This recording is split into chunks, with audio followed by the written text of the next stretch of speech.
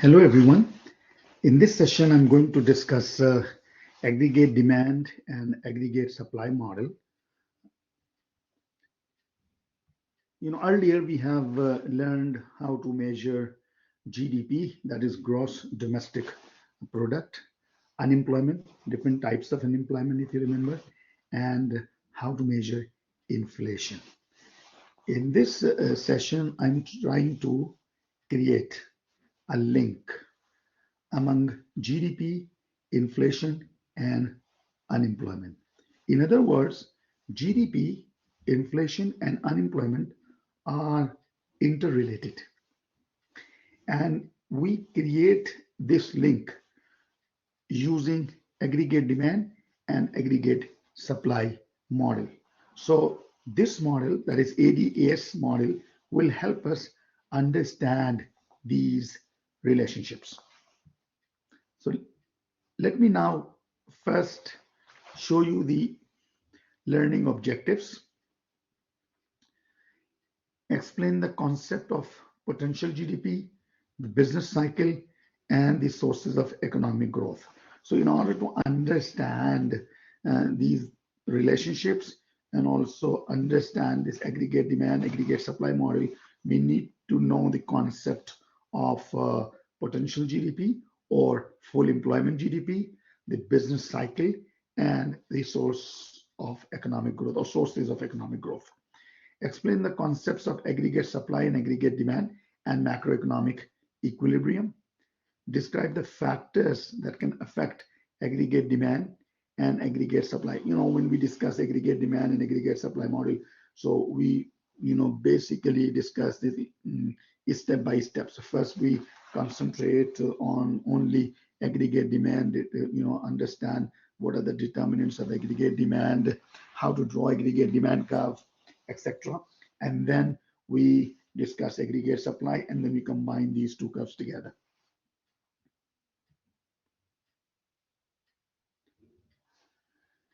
List the causes of recessions and inflationary booms. We'll discuss this.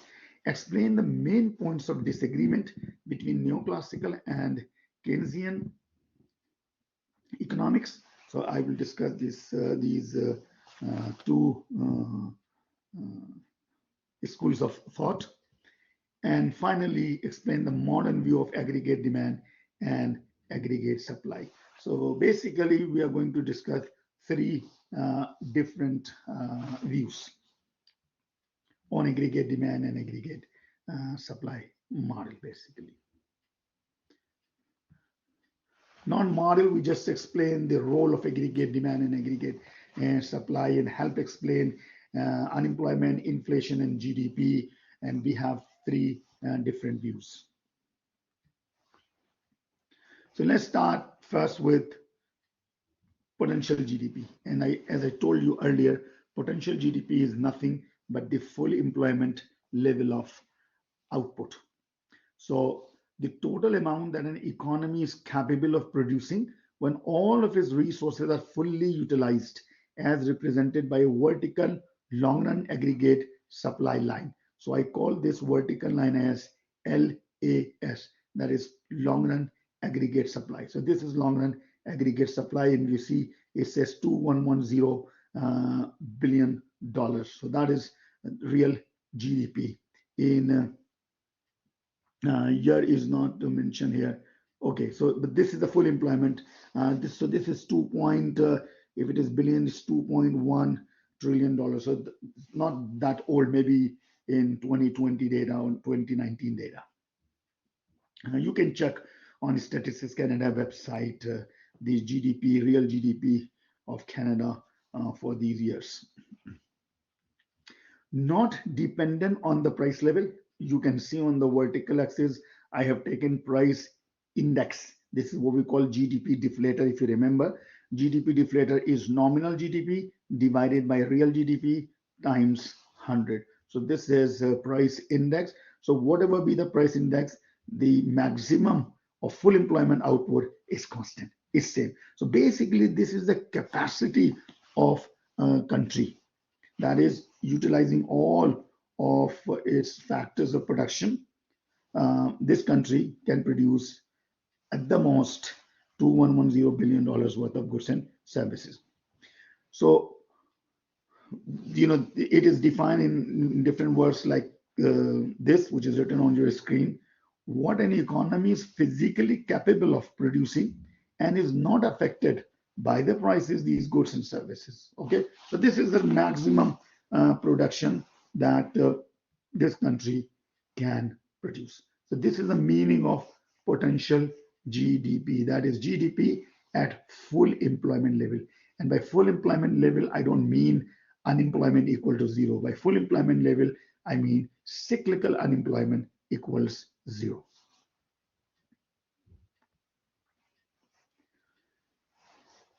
Now we have long-term economic growth. By long-term economic growth, I mean when this vertical line is shifting to the right. That is basically what we mean by long-run economic growth. So if I go back here, if this long-run aggregate supply curve, suppose this year is 2110 and next year this whole line shifts rightward like this. So this increase in the capacity of this country to produce, this is called long-term economic growth or economic growth. Okay. So what are the sources of economic growth? By sources of economic growth, I mean, what are the factors that actually increase the capacity of a country to produce? So if the country's capacity increases, of course, over the years, what are the factors that are responsible? So these are the four factors. Number one, quantity and quality of labor resources. That is the level of human capital.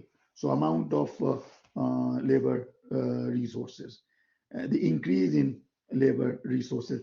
By increase, I don't mean that if one worker is not employed and you just hire that worker. That is not the meaning of increase in labor resources, because at potential GDP, there's no unemployment. So they are not unemployed workers. So suppose if you have more workers from outside the country, or if you have new, if more people are coming to the labor force, so now you have more workers to work, and therefore the country's capacity might go up.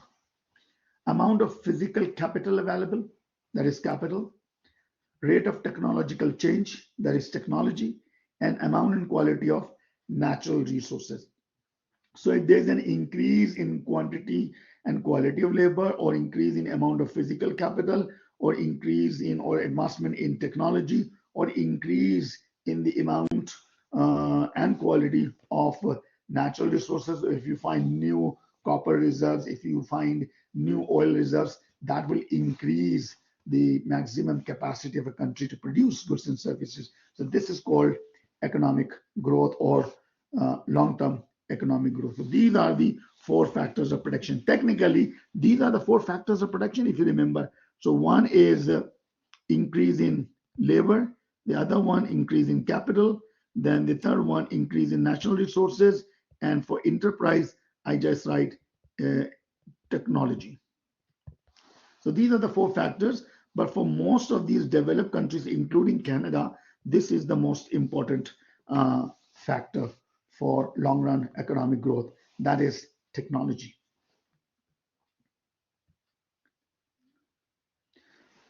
So economic growth and potential GDP. So don't get confused. In the previous slide, I said long-term economic growth, and this time economic growth, same thing. Economic growth means the increase in potential GDP over the years, not only GDP, potential GDP. So on average, Canada's potential GDP grew by about 2% per year since the 1990s. And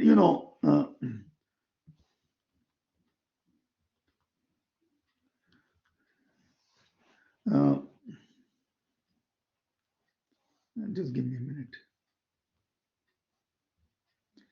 Yeah, but Statistics Canada does not publish estimates of potential GDP on a regular basis. But we know that the GDP, they estimated that the potential GDP has been growing between 2 to 3% per year since 1990s. So economic growth implies an increase in economy and economy's potential GDP, that is full employment GDP, and is illustrated by a rightward shift in its long run aggregate supply. Remember, I kept saying long run aggregate supply. That is this vertical line. So if the vertical line is shifting to the right, it means economic growth is taking place in this country. And what are the sources of economic growth? Those four factors: labor, capital, natural resources, and technology.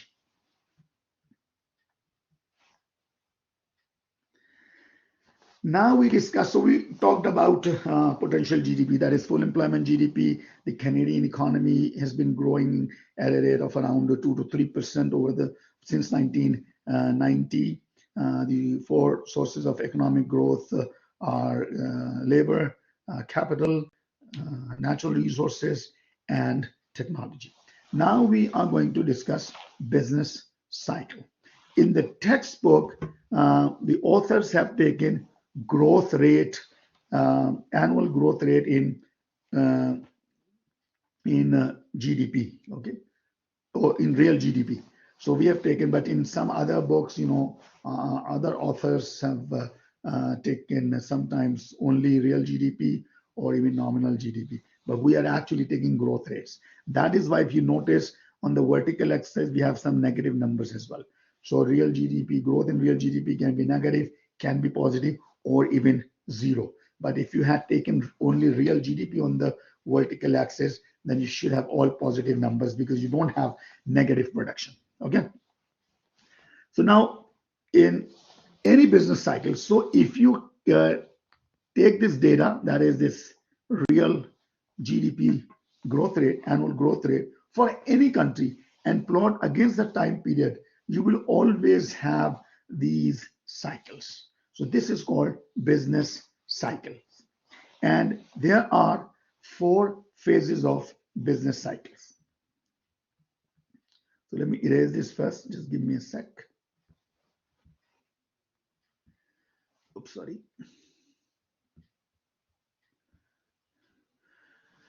So now there are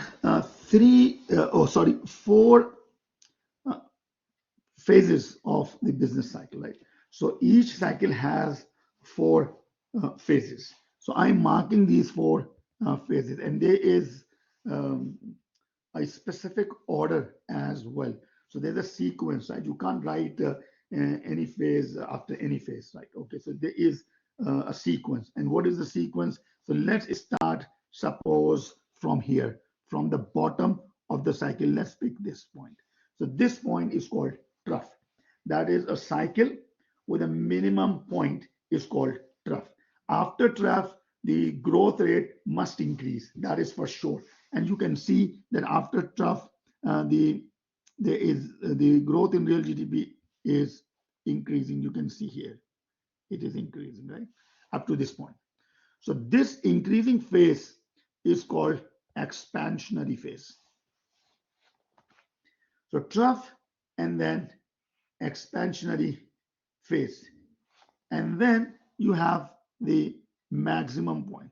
This maximum point is called peak. Okay. So you have four phases. Number one. So we started with what?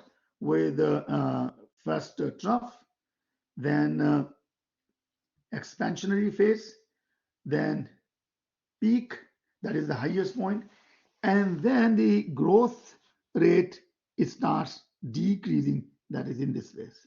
So this whole decrease phase is called contractionary phase, that is this phase. So basically you have four phases. So one business cycle is like this. So you start from one trough and to another trough. So between these two troughs, you have one cycle. So trough, expansionary phase, peak, and contractionary phase. And then again, go to trough, then expansionary phase, peak, recessionary gap, contractionary phase, then trough, expansionary phase, peak, and then contractionary phase. Okay, so these are the 4 phases of business cycle. In other textbooks, some people say there are 5 phases of business cycle. That is trough, recovery, expansion, peak, and then contraction. But we are not going to discuss recovery here, right? So we just have 4 phases that you have to remember: trough, expansionary phase, peak, and contractionary phase. So this expansionary and contractionary phases in the growth rate of real GDP is called business cycle. So GDP growth varies year to year. I have just given you some data as well from this same diagram. So if you notice, between 1997 and 2000, we have expansionary phase. The diagram looks not, it should be after 2000, contractionary phase. Yeah, so I can see after 2000, it's not shown here actually. For this, not show. Sorry. So let's start from here. After 2000, you can see from here. If you go in this direction, you can see the economy is in the contractionary phase. 2001 is a trough. Where's 2001? Yeah, so 2001 is somewhere here. So this is the trough, the bottom point. Major trough in 2009. So we have trough here. That is also in 2009. So this is some data that you can read using this business cycle. Now, what is the meaning? Why we are doing this business cycle, studying this business cycle? Because using this cycle, we are going to discuss 2 important phenomena. Number 1, if you are in the contractionary phase of the business cycle, that is, let me mark here so that you know what I'm talking about. If you are in this phase, contractionary phase, notice the growth in real GDP is decreasing. It means that we have unemployment, or unemployment is increasing because the increase in output is less, and therefore you have more unemployment. If you are in the expansionary phase, there is less unemployment and more employment, and sometimes we have inflation as well during the expansionary phase of the business cycle. So we have unemployment, we have inflation, unemployment, inflation. So we want to understand the relationship between these 2 variables, and with the third one, that is GDP. So now this is the formal definition that I have already provided you. Business cycles show fluctuation in the aggregate economic activity of nations. It consists of expansions occurring simultaneously in many economic activities. So when I say the economy is in expansionary phase, it means all economic activities are booming, followed by similar general recessions, contractions, and revivals. Revivals is not, recovery is not mentioned in the diagram, unfortunately, which merge into the expansionary phase of the next cycle. Now, the sequence of change is recurrent, but not periodic. Remember this. They don't have exact same cycle, cycle after cycle. Remember this. In duration, business cycles vary from more than 1 year to 10 to 12 years. So you may have a business cycle ranging to 12 years, and it may be only 1 year. So the duration also varies. Okay.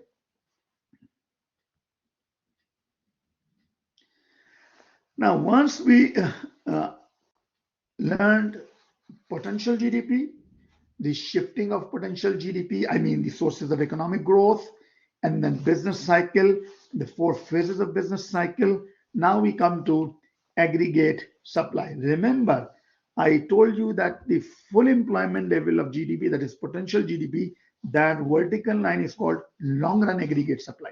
Now I'm talking about aggregate supply only, or short run aggregate supply. But normally we don't write SR before AS curve. So we don't write SR as short run aggregate supply. We just write aggregate supply. Aggregate supply means short-run aggregate supply. And we distinguish with long run by writing LAS, that is long run aggregate supply. So the total quantity of goods and services produced by all sellers at various price levels, assuming that the prices of factors of production remained constant. So there's no change in cost of production. The total quantity of goods and services produced by all sellers, remember, for the whole country at various price levels. Now, this is not needed here, at least at this stage, but okay, let me quickly define this, the concept of real and nominal wage. Nominal wage basically is the dollar value of your wage, simple. So if you're earning $10,000, that is your nominal wage, the present value of a current wage, that is nominal wage.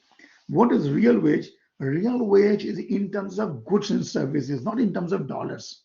So suppose if your nominal wage is 10,000, but after 1 year you are unable to buy the same goods and services that with the same amount of money, it means your real wage is decreasing because now you can buy less goods and services. Okay, so the amount of goods and services that an employee can buy for a given amount of nominal wage, this is called real wage. So of course, if prices are increasing, your real wage must decrease because you won't be able to buy the same goods and services with the same level of income. And that is why real wage is equal to nominal wage divided by price level. So if price level is increasing, so the denominator is increasing, so this whole ratio will decrease, and therefore your real wage will decrease.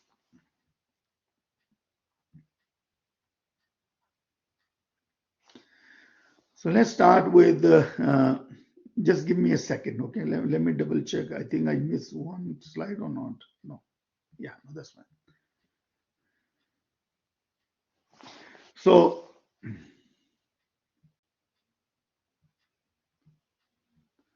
this is a typical aggregate supply curve, not supply curve. Supply curve is the supply of only one product, X, any product, tomatoes, laptop, pen, sofa, whatever product. But this is aggregate supply. By aggregate supply, I mean all goods and services produced in the country, like GDP or real GDP, not like, but actually real GDP. So I'm talking about real GDP. So this is real GDP here on the horizontal axis. And on the vertical axis, although it says price level, but this is actually price index, GDP deflator, if you remember. So we have price index on the vertical line.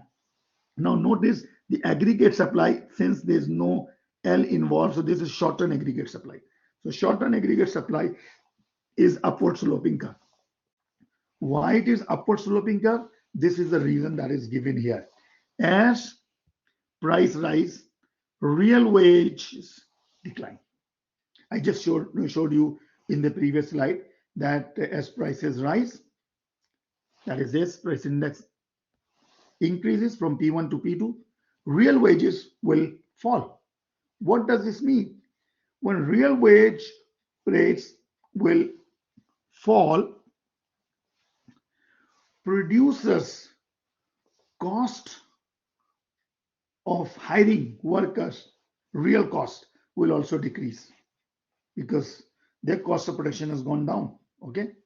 And therefore, they are going to decrease in cost of production means increased profits. So now they tend to produce more goods and services.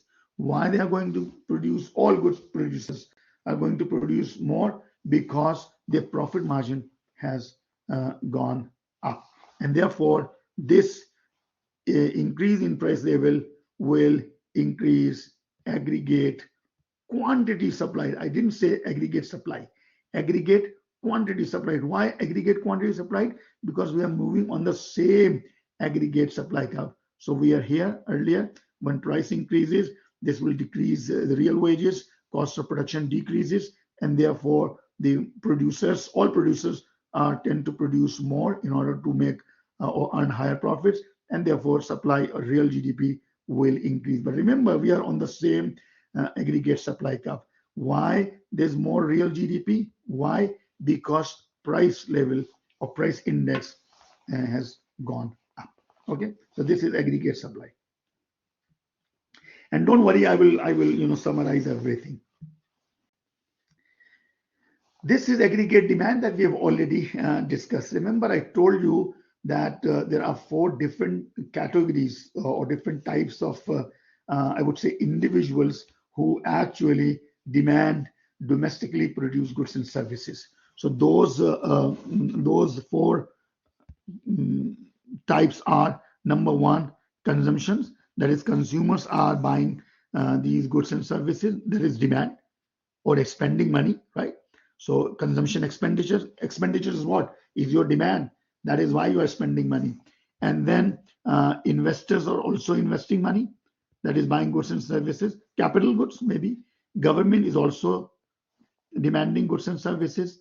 And foreigners are also buying our products. But this consumption expenditures actually include imported goods as well. So we have to subtract imports here.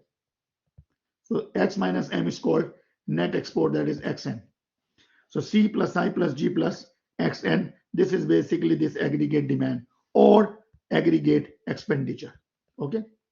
So we'll discuss in the next chapter aggregate expenditure. Now we're just calling this aggregate demand. So this is aggregate demand, which is written here: the total quantity of final goods and services that consumers, businesses, government, and those living outside the country would buy at various price levels. That is aggregate demand equal C plus I plus G plus XN. That is net export. That is exports minus imports. Now we want to know why there is a negatively sloped line. Why we have a downward sloping aggregate demand curve. What is the reason? For supply, aggregate supply curve, we learned that as price increases, there is more, there's increased profitability for all these producers, and therefore they are going to supply more. That is a simple reason. But for aggregate demand curve to be downward sloping, there are 3 main reasons that why aggregate demand curve slopes downward. By slopes downward, I mean why when price index increases, aggregate demand decreases, or when price index decreases, aggregate demand increases. What are the reasons? So there are 3 reasons which I'm going to show you in this in the next slide. That is this. So the aggregate demand curve is downward sloping because of, number 1, real balance effect. What is real balance effect? If price increases, so if price, this is not price of one product, this is a price index, GDP deflator. So if price increases for all those goods and services, what would happen? Result in a lower real wealth, like real wages. Now we have real wealth. So if price index is increasing, it means the people's real value of their wealth will be decreasing, and therefore they are going to consume less. So consumption will decrease. So consumption will decrease, which is one component of aggregate demand, and therefore a decrease in aggregate quantity demanded.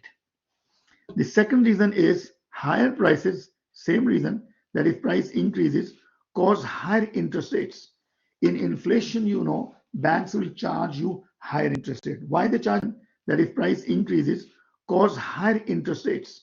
In inflation, banks will charge you higher interest rate. Why they charge you higher interest rate? Because they have to include inflationary pressure as well in their estimation of the interest rate. So they will charge you slightly higher interest rate because when they get their money back after 1 year, they have to include inflation as well.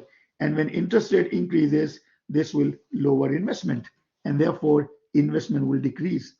which is another part of aggregate demand curve. So aggregate demand, aggregate quantity demanded decreases. Then we have foreign trade effect. What is foreign trade effect? Higher prices make Canadian exports less attractive to foreigners.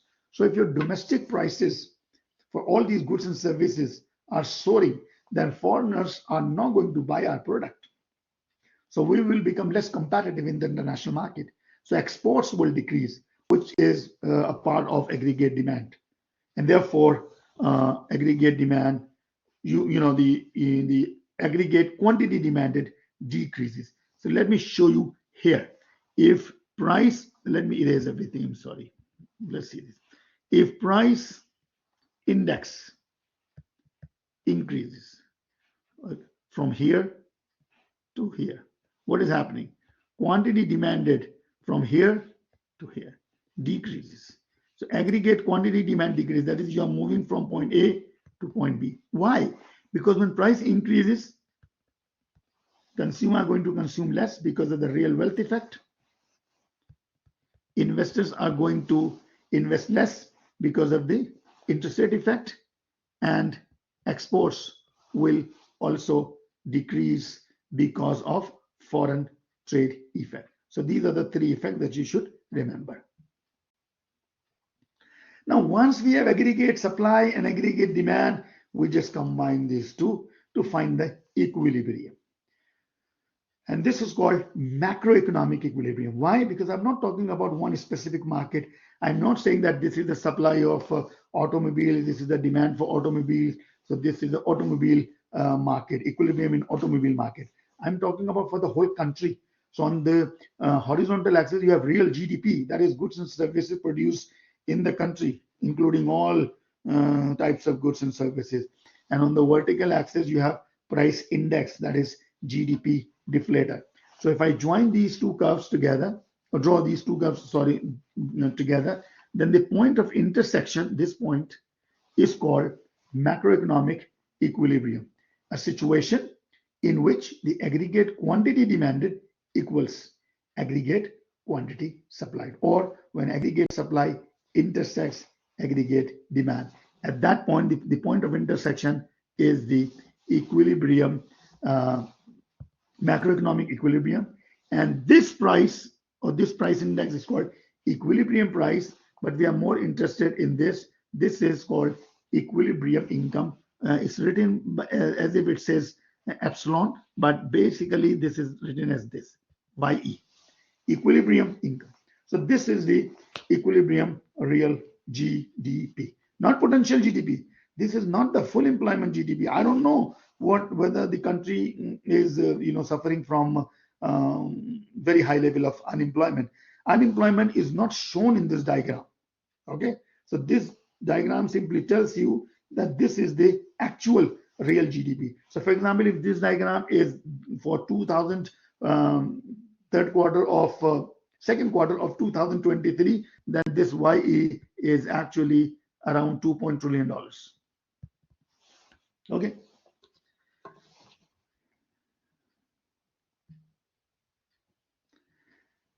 Now there's adjustment as well. So why we are calling this equilibrium? Because if, for example, price index is slightly or even above the equilibrium, then this index will automatically come down and you reach once again at the equilibrium. Why? At a price above equilibrium, a surplus will cause producers to drop prices. So at P1, at P2, sorry, at P2, let me can't see here. Okay. Yeah. So at P2, you can see we have surplus because supply is more than aggregate supply or demand. Sorry. So surplus, producer will have to lower their prices in order to sell their products, and therefore price index will come down and reach to equilibrium point. Similarly, if price index P3 is less than the equilibrium, we have shortages, and whenever there's shortages, the price will increase because consumers want to bid higher prices for that product or for all these products, and therefore price will increase in this direction. Price will increase in this direction, and eventually you reach to equilibrium. Okay. So if there's a disturbance in the market, that is this equilibrium market, not equilibrium market, this macroeconomic market, then the surplus and shortages will bring this price back to the equilibrium price index. Okay.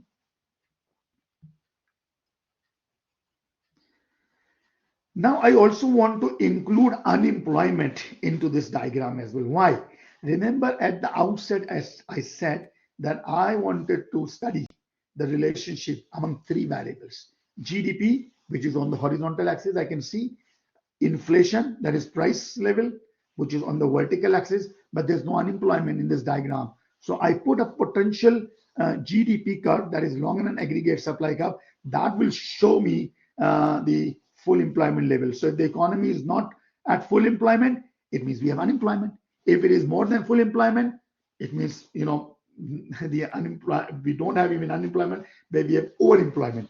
And if you have overemployment, normally we will have inflation in overemployment case. Don't worry, we'll discuss this.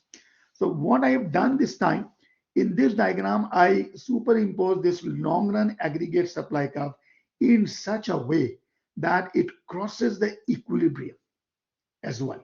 So both equilibrium real GDP and full employment real GDP, they both are identical in this diagram. So if you see here, this full employment, this is FE is full employment, and actual GDP, that is equilibrium GDP, they both are equal in this diagram. So this diagram is the best situation for any country. That is, you have equilibrium GDP, 2.8 trillion, that is also at full employment. So we have full employment level basically. By full employment, I don't mean unemployment equals zero, but there's no cyclical unemployment. But this is not going to happen in real world. Sometimes you have unemployment, sometimes you have overemployment. So we'll discuss both these scenarios or cases in the next few slides. So this is one situation where notice that the equilibrium GDP or real GDP is YE here, which is the intersection of this aggregate supply and aggregate demand. But full employment is higher than equilibrium. So actually, if we have, let's say, $2.8 trillion GDP, current GDP, real GDP, but the full employment is 3 trillion GDP. So we are short of 0.2 trillion.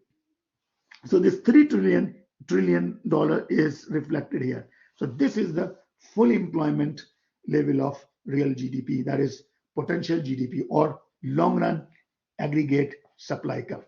Okay. Now the gap between full employment and actual GDP is called a recessionary gap. Remember, when I say recessionary gap, I mean that potential GDP or full employment level of GDP is higher than the actual GDP. So that is why we have unemployment in the country, because I know that the actual GDP is not at full employment. It means we have unemployment in the country. So this gap, this gap is called recessionary gap. And recessionary gap is always associated with unemployment. So whenever I say that the economy is experiencing a recessionary gap, it means the economy is experiencing unemployment. Okay. Now, if this occurs for 2 consecutive quarters, it is called a recession. So suppose if you have unemployment in first quarter and you have unemployment in another quarter, then this is called recession. So recession is basically a recessionary gap for more than 2 quarters. So just one quarter, we don't say that the economy is in recession. But if we have unemployment for 2 or 3 quarters, then we say that the economy is in recession. Okay. The second case is exactly the opposite. Is still YE and YFE are not equal. But this time notice that actual GDP is greater than full employment GDP. Now you must be wondering, how is it possible to produce more than full employment? It is possible simply because I told you that full employment does not mean unemployment equal to zero. At full employment, we still have 5 to 7% unemployment that is frictional and structural. So it is possible that you can hire structural unemployed workers. It is possible. And then, of course, you will be producing more than full employment. But what would happen? If you hire those workers, those who are structurally or frictionally unemployed, they might, ask for a higher salary. So when you go above the full employment level, wage rate will increase. That will exert pressure on prices. And therefore, we have inflation in the country, more than full employment. And this is what is depicted here. This gap between full employment and equilibrium GDP, real GDP and full employment GDP, the gap is called inflationary gap. And by inflationary gap, I mean inflation in the country. Okay. So we have inflation in the country, and therefore we have to fix the problem of inflation.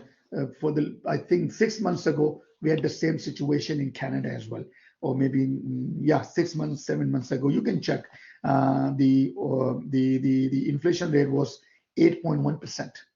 So inflation rate was very high, and we don't have huge unemployment. So that was the problem.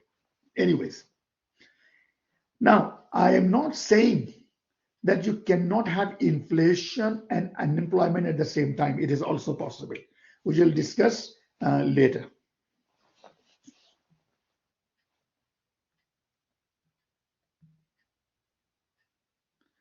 So now this is one test your understanding slide. You should be able to answer this question. The answers are already given here as well.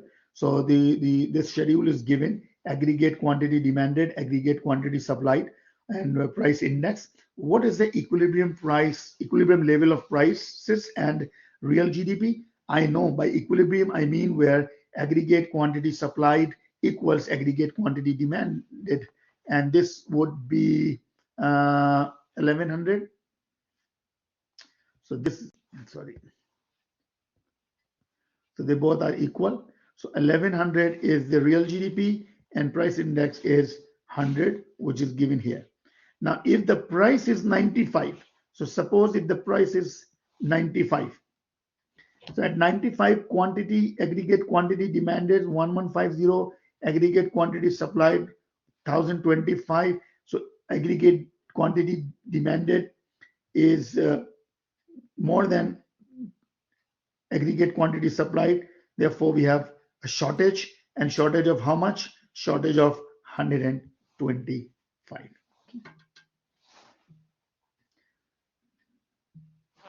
If I'm not wrong, there is one question on this topic as well in your assignment number 1. Now we discuss determinants of aggregate demand. By determinants of aggregate demand, I mean what are the factors that shift the demand curve either to the right or to the left, not movement along the same demand curve because of the changes in price index. That is real wealth effect, interest rate effect, and foreign trade effect. That is different. That 3 effects shows that if price index increases, aggregate quantity demanded decreases. What I'm now interested at each price index, if aggregate demand shifts to the right, that is people, consumers, investors, government, and foreigners, they are now demanding more at each price index, not because of the price, but because of some other factors. What are those factors? These are given here. Number 1,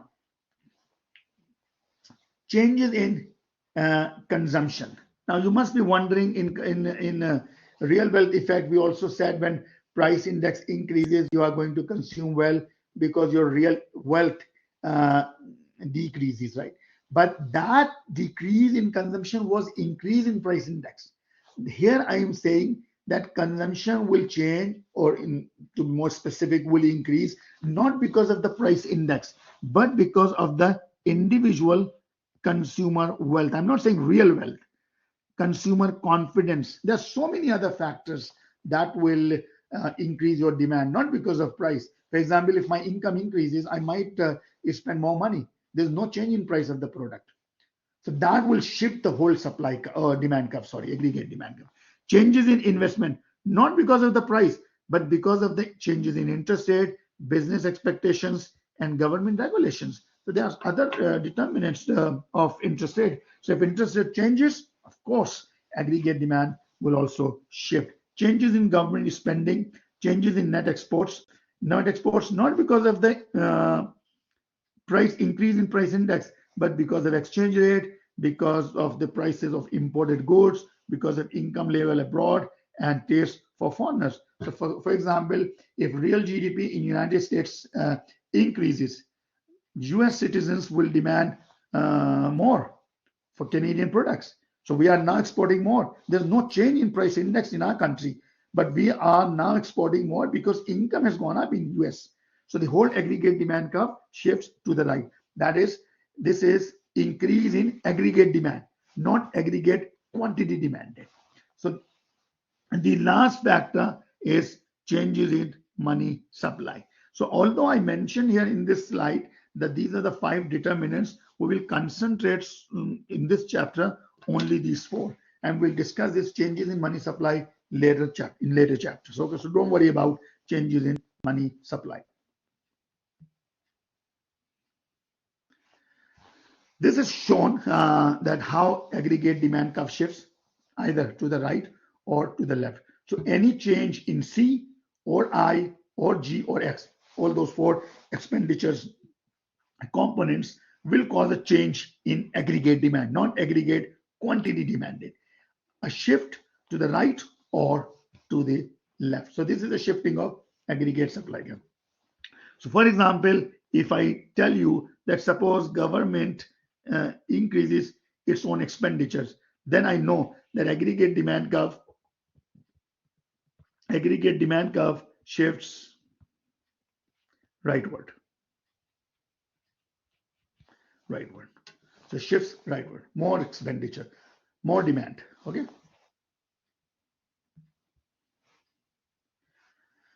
Now you should be able to answer. Answers are already given. By downward arrow means decrease or shift to the left, and by upward slope arrow means rightward shift. Okay. So which of the following factors will lead to an increase or decrease in aggregate demand and a shift in the aggregate demand curve? So increase or decrease means basically shifting of AD curve either to the right or to the left. So an increase in interest rates, aggregate demand shifts leftward. Why leftward?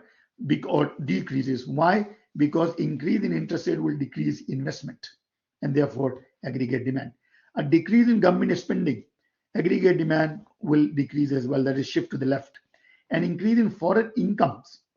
Increase in foreign income will increase exports, Canadian exports, and therefore aggregate demand curve shifts to the right. A decrease in the exchange rate.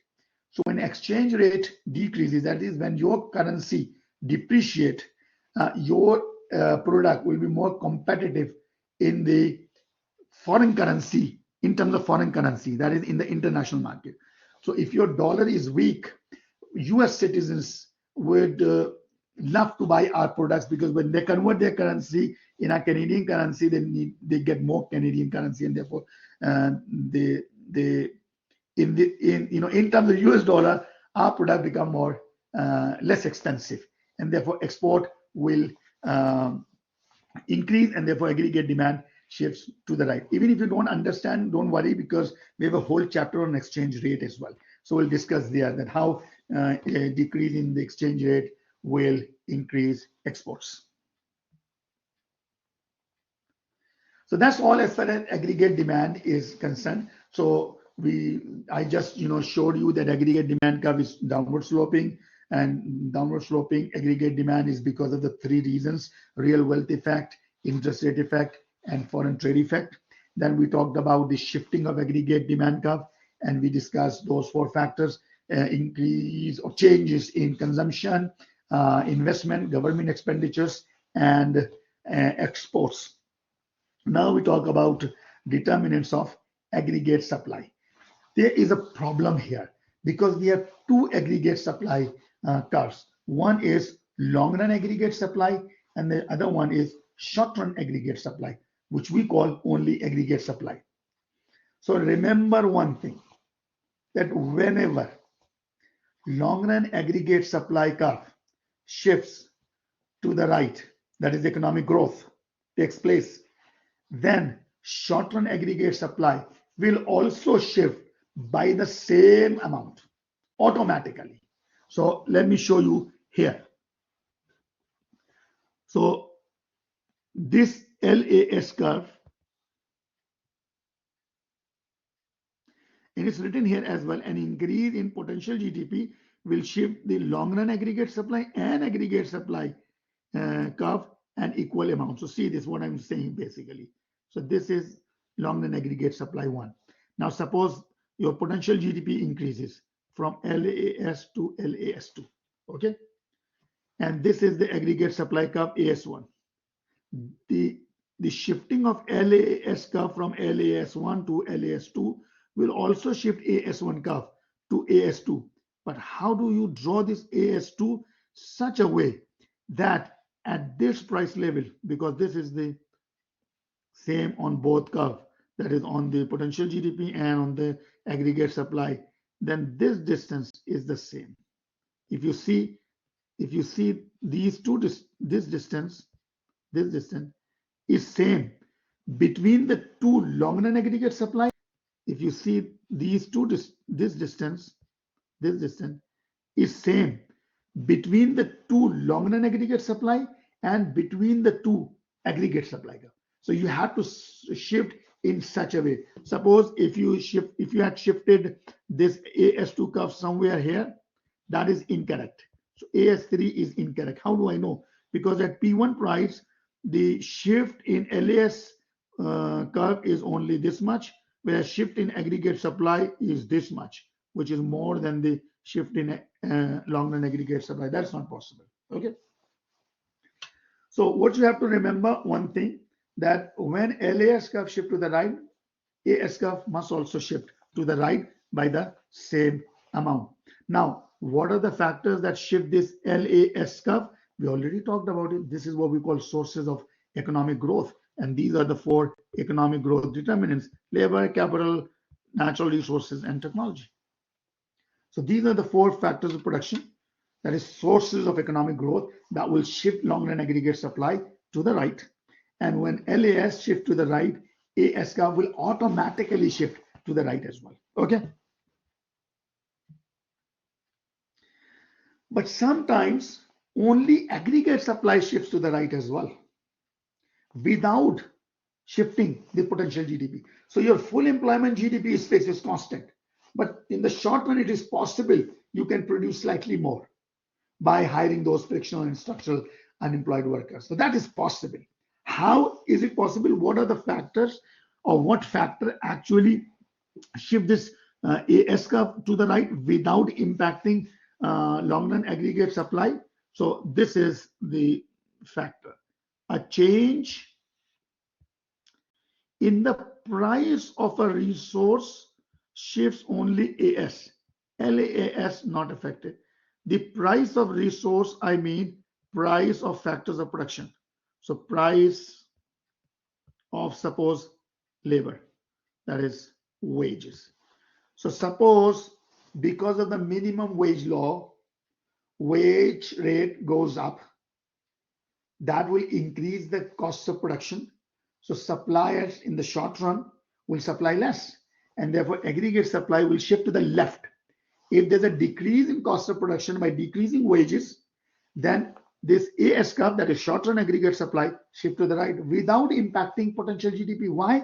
Because only cost of production is changing because of the price of factors of production. Factors of production are fixed. So your full employment GDP must not change. Let's do one example that will further clarify the difference between shifting of LAS and shifting of AS curve. So notice, although answers are all given here, you have to just understand one thing. When long run aggregate supply shift, short run will automatically shift. You must remember this, Now see this one by one. An increase in the price of imported crude oil. So the price has just gone up. You don't have more resources. So long run aggregate supply will not change. But since increase in the price of imported crude oil, so your cost of production has gone up. And therefore, you have to supply less because price will go up. So aggregate supply curve will shift to the left. Downward arrow means to the left. That is, at each price level, now suppliers are willing to supply less because of higher cost of production. An increase in the number of immigrants. This is not the price of factors of production. So if you have more immigrants, you have more workers basically. So long run aggregate supply will increase. And when long run aggregate supply increase, I know short run will also increase. A discovery of oil deposits in Canada. So you have new natural resources, right? New reserves of oil. That will increase your potential GDP. So long run aggregate supply shift to the right. AS must also shift to the right. A substantial increase in wage settlements. So now wages have gone up, and therefore your cost of production goes up. So you are going to supply less. So aggregate supply will shift to the left. There's no change in potential because you don't have increase in factors of production. The introduction of a microchip that reduces computer processing time by 80%. So basically, the productivity will increase. That is, the quality of workers will increase. And therefore, this will increase the potential GDP because the same workers now can produce more. And when LAS increases, AS must also increase. Okay.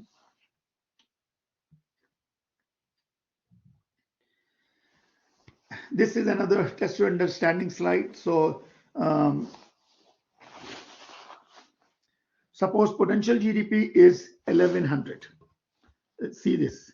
This is potential, that is full employment level is 100. And aggregate supply is as follows. So the data of aggregate quantity supply is given, okay? And potential GDP is 1100. Plot the aggregate supply curve and show potential GDP. So let me plot this here. You can see. So you just plot those data set, right? And you have this aggregate supply curve here.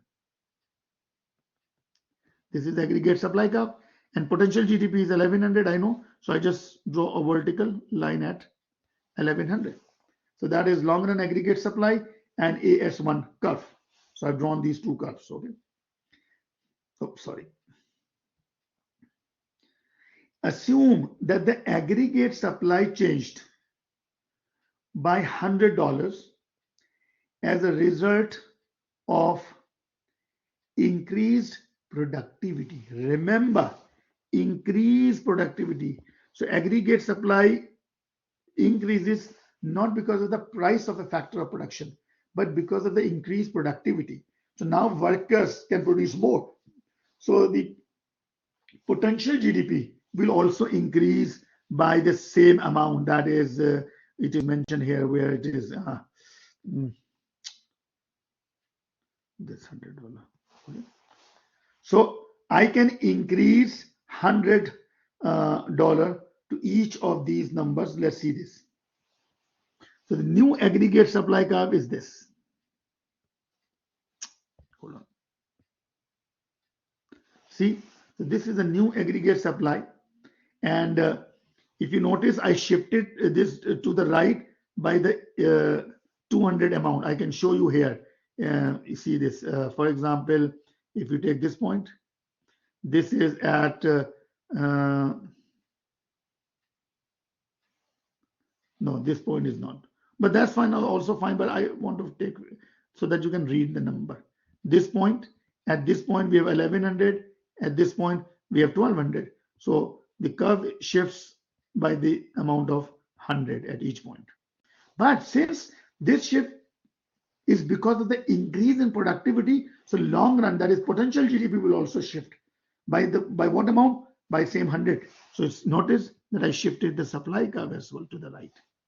And the gap is once again same 100. So I shifted both curves. So first I shifted long run aggregate supply curve, that is potential GDP, and then I draw the new aggregate supply. Once again, notice I'm erasing everything so that I can show you. Notice when I shifted these two curves, the distance is same, that is 100, between the potential GDP and between these two AS curves as well.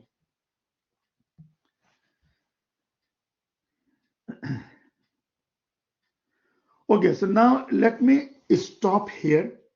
So this is basically the first session, and in part two, I would say, in part two, I will start from here and complete this aggregate demand and aggregate supply model.